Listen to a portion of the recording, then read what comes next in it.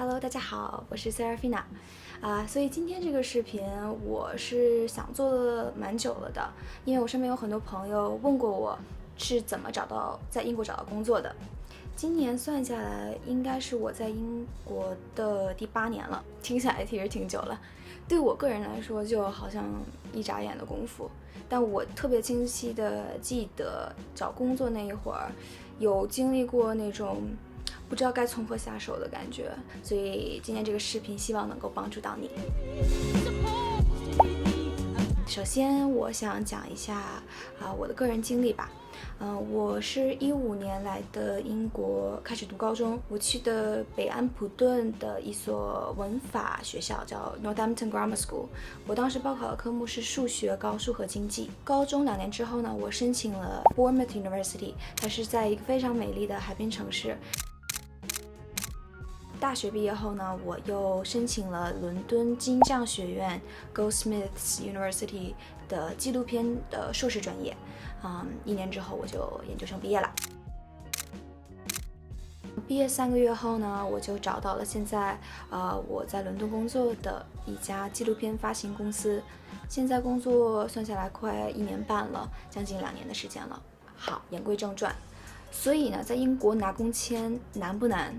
其实是很难，尤其是从事媒体或者是艺术专业的伙伴们，市面上的机会对你来说是非常少的，但你要是去好好的去找，它也会有的。所以我今天会跟大家主要讲一讲以下3点：一、找工签的流程，在哪里找工作信息；第3就是你投简历时需要的一些材料。首先，如果你现在决定你要在英国找工作了，心态一定要放好，因为这会是一场硬仗。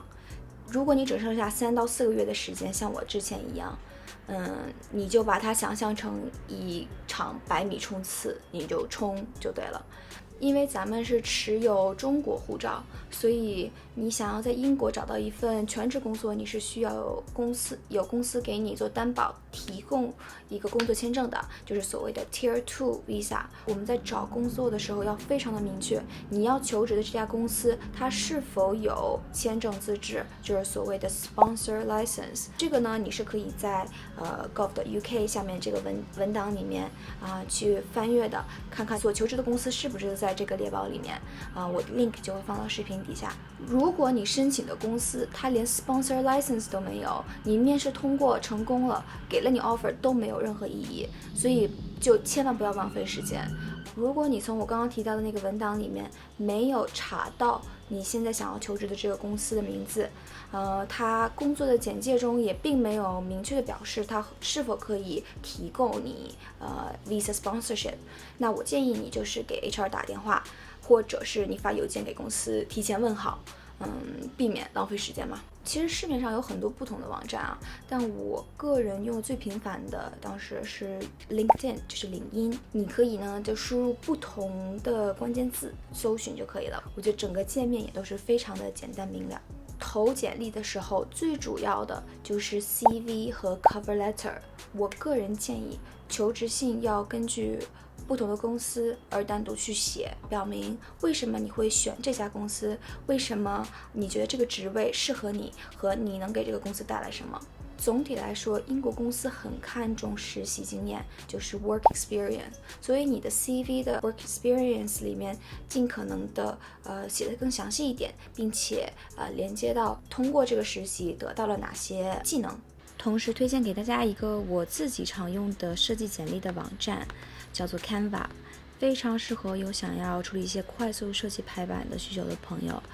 你看它有提供很多的简历模板，而且样式挺丰富的，有很多风格有点偏 ins 风，但是当然你也可以选择一个色调版面更简洁些更适合你的。希望我今天的分享有帮助到你就像我刚刚开始说的，如果你现在已经决定你要开始找工作了，真的就是一场硬仗，我们冲就好了。在这个过程中，你一定要努力去找到自己的闪光点，找到自己为什么是 irreplaceable 的，为什么你是不可替代的。